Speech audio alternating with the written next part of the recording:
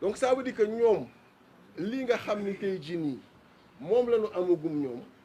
faites la différence day doon 45%. Voilà les chiffres. Xam nga en mathématiques les chiffres sont beaux. Quand vous les présentez tout le monde comprend et amul manipulation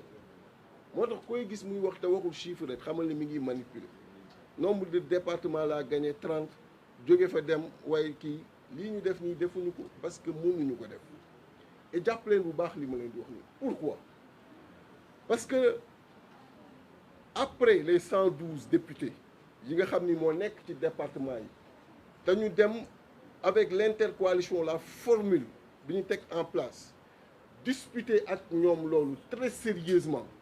ba wàqi leen fa wàqi yu metti dafa am 53 députés yi nga xam ni mooy la liste proportionnelle. Liste proportionnelle mooy ku nekk bu ñu jëlee suffrage bi nga am au niveau national en absolu dañuy xool en relatif lan lay tombeel c'est-à-dire que bu fekkee ñun dañoo cumuler lépp mu doon 53% ou 60% intercoalition bi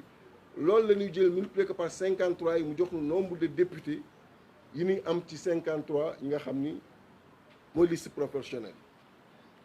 bu ko defee ku nekk pourcentage boobu la lay appliquer donc 53 yi des fa la jëm et lii boo leen ko xoolee ni mu tëddee ak tendance bi muy jëm ci liste proportionnelle boobu war nañ fa mën a xaar 28 députés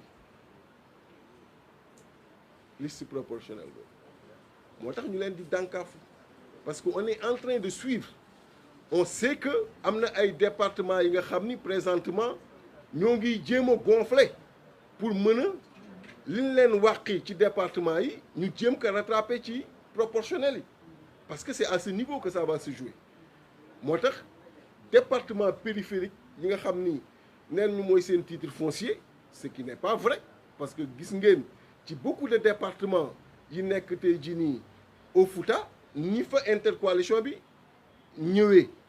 différemment de ce qui s'est passé moo tax on est en train de suivre de très près parce que la correction bi ñu bëgg def ñoom c'est à ce niveau pour mën a gonfler suffrage yooyu mu mën a ñëw ci liste nationale bi mën a rattraper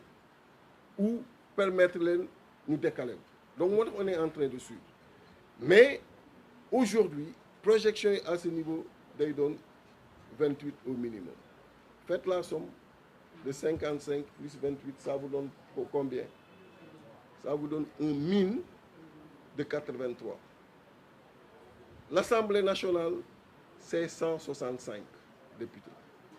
Quand il y a 83 donc il y a la majorité.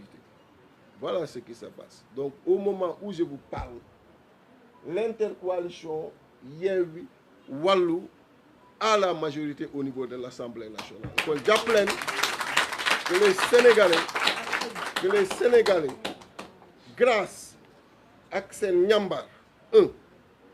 grâce ak seen haute intelligence et ça je le dis président la haute intelligence des Sénégalais man ça m'a pas surpris parce que waxoon naa ko fii que dans le comprendre schéma grâce à leur haute intelligence ils ont renvoyé Benno Bokk Yakaar à l'opposition parlementaire à l'Assemblée nationale. Donc, le nombre de départements gagnés par la coalition Benno Bokk Yakaar en prenant en dénominateur commun seulement le nombre de départements à l'intérieur du pays, alors que dans le décompte des départements gagnés par Benno Bokk Yakaar, il a eu à introduire au moins 3 départements de la diaspora. Et en toute rigueur, le 46 qu'il a pris comme dénominateur commun devrait passer à 54 et elle devrait rapporter les 30 sur les 54. Et même sur ces 30 proclamés, vous avez tous suivi par la suite